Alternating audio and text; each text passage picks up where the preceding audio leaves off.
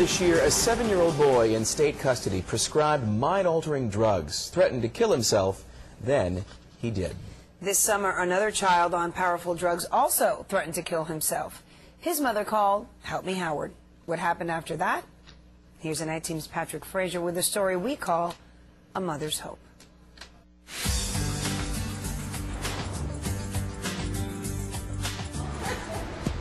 When I first met Anthony, he was not the child who had been described to me.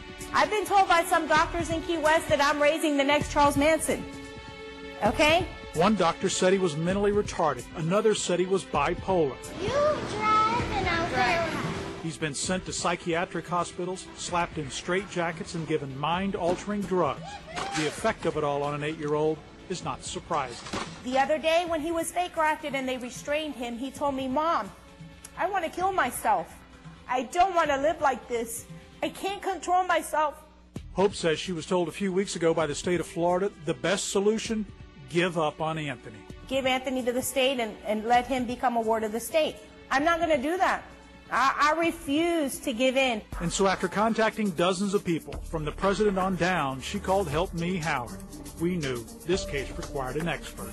And the only person that came to mind was the best person, and that was Andrea Moore. Andrea Moore, a noted child advocate, agreed to take Anthony's case for free.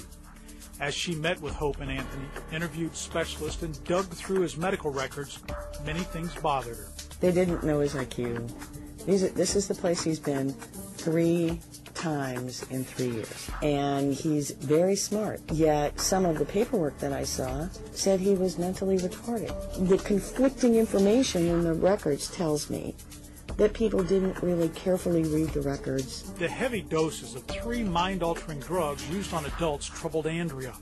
Even more frightening, she believes Anthony may not have even needed those drugs. I started to wonder if we were dealing with a head injury as opposed to a psychiatric, purely psychiatric situation. Turns out Andrea was right. Anthony did have a prior head injury. He fell and fractured his skull when he was 8 months old. But he had never had a brain scan. Instead, doctors hired by the state concluded he had psychiatric problems. Why did it take you coming in from the outside to see that? That's a terrible question, Patrick. Andrea's modest and polite. Howard is blunt. They were looking at him wrong. They had diagnosed him wrong. They were treating him wrong. And as a result of the misdiagnosis and the mistreatment, I believe they were making him worse. With DCF's help, Andrea got Anthony off the powerful drugs and moved from the psychiatric hospital to Jackson Memorial's highly touted brain injury center. Good to see you, my man. Today, Anthony is getting the evaluations Andrea thinks he needs, and Hope's complaints are bringing changes.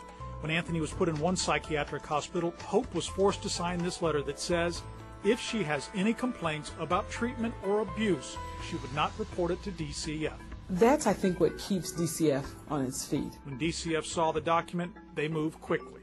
We have spoken with all of our provider agencies just to let them know that they cannot tell families when to call or not to call us. DCF also applauded Hope for fighting so hard for her son, but they say she misunderstood one thing, that they weren't going to take custody of Anthony permanently, just temporarily. However, one thing is very clear. Without Hope, Anthony was doomed. But for his mother, this kid would have lost his life. And of course, Hope and Anthony could not have done it without Andrea Moore. Andrea gave us her time, her energy, and her expertise, and she fought along with Hope to save Anthony. You and I, we were just along for the ride. Got to see a little boy get a chance to just be a normal little boy. God bless you. This wasn't for you, or Andrea or Howard. My son would not get the help he needs, Patrick. You are my guardian angel. I swear to God, you are Anthony's guardian angel. Finally, Hope is wrong. Anthony has hope because of his mother's hope. And how much do you love me? Too much. Patrick Fraser, 7 News. Patrick tells us that Anthony called him the other day and said he'd really like to get a dog, and to make sure Patrick didn't forget, Anthony faxed a picture of the kind of dog he wants. So Anthony's